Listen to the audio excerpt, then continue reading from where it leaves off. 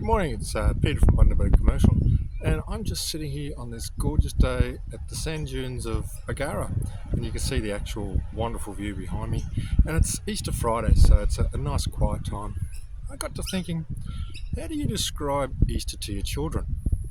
Well, if your story revolves around an Easter bunny and Easter eggs, I'm sorry, that gives you 0 out of 5. That's not the story at all. But over the time, we seem to have lost the concept of it and what it's all about. I mean, let's face it, it happened 2025 years ago. Yep, that's when the calendar started. It was 2025 years after death, AD. Don't give me this BCE, before Common Era started. It's 2025 years ago. And I explain it perhaps in a more modern way. I remember when I was probably about 7 or 10, as a pre-teenager, and I was over at my mate's place, and we were playing backyard cricket. Backyard cricket, for those who don't know, is like has some modified rules. So you play cricket, and if you hit the ball over the fence, you got a maximum of 6 runs. It's like a home run in baseball. So you got 6 runs, but you're out. So the other person got to have a bat, and the game continues on.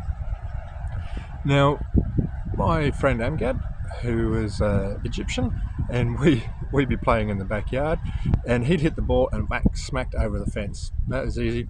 We asked the neighbour who would return the ball for us, because it usually was in his vegetable garden. Sorry about that, mate, but kids will be kids.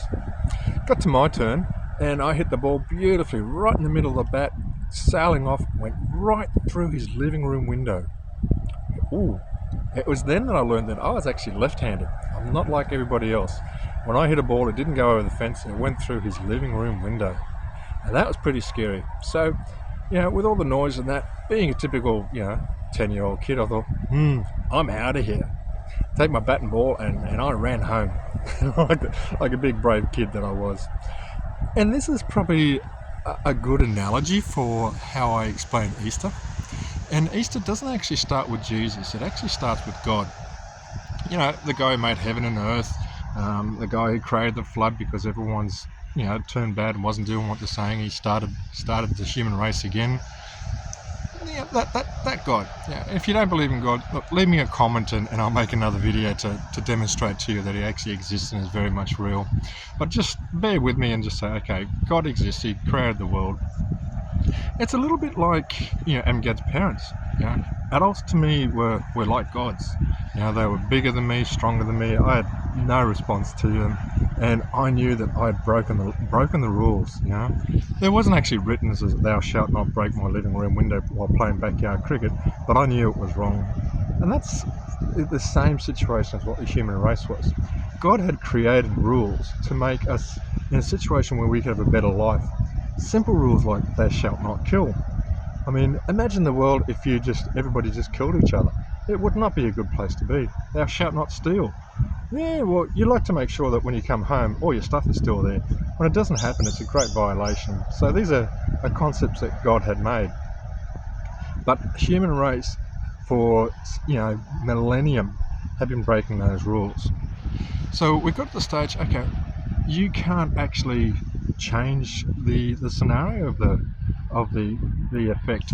You're not in a position where you can say sorry to God and repair the damage. That was like when I broke that window.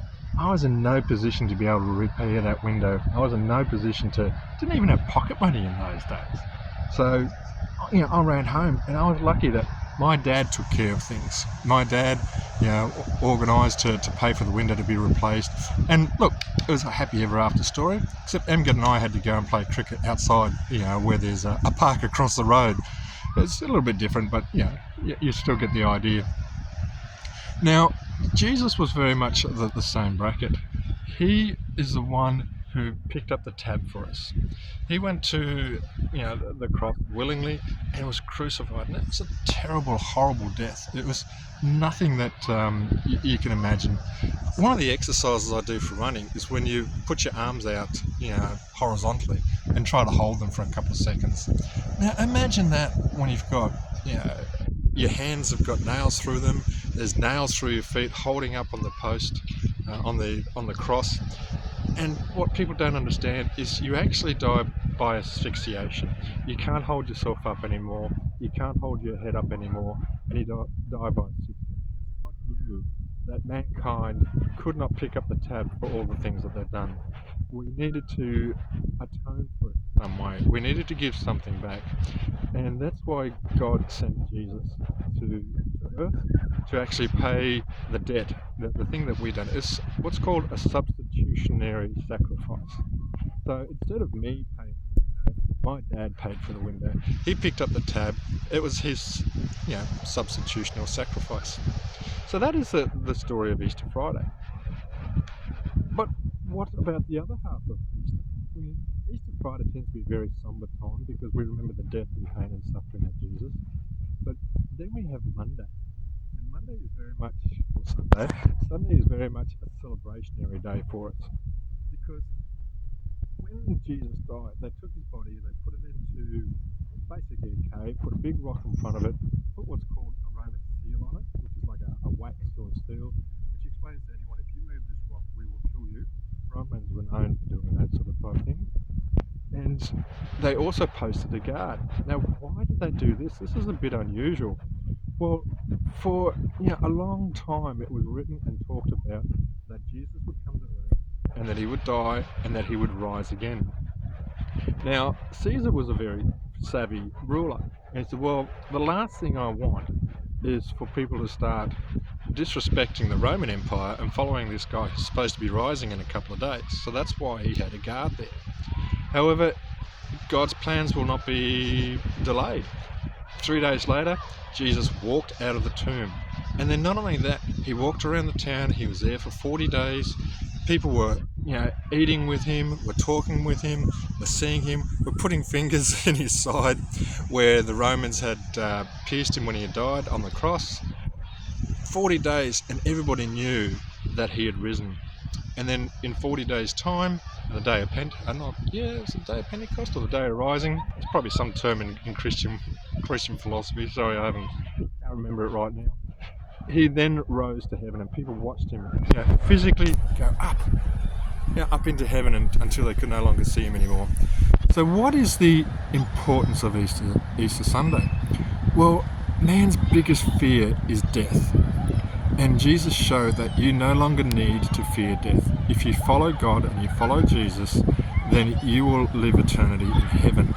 The alternative is hell. And as I tell people who don't believe in God, I said, well, eternity is a darn long time to realise that you're wrong. So make your decision right is what I say.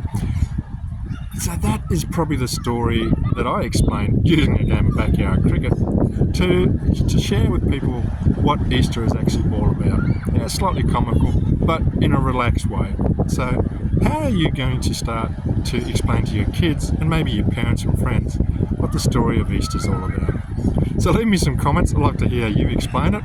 And smash that subscribe button if you like the view and want to see some more of these videos.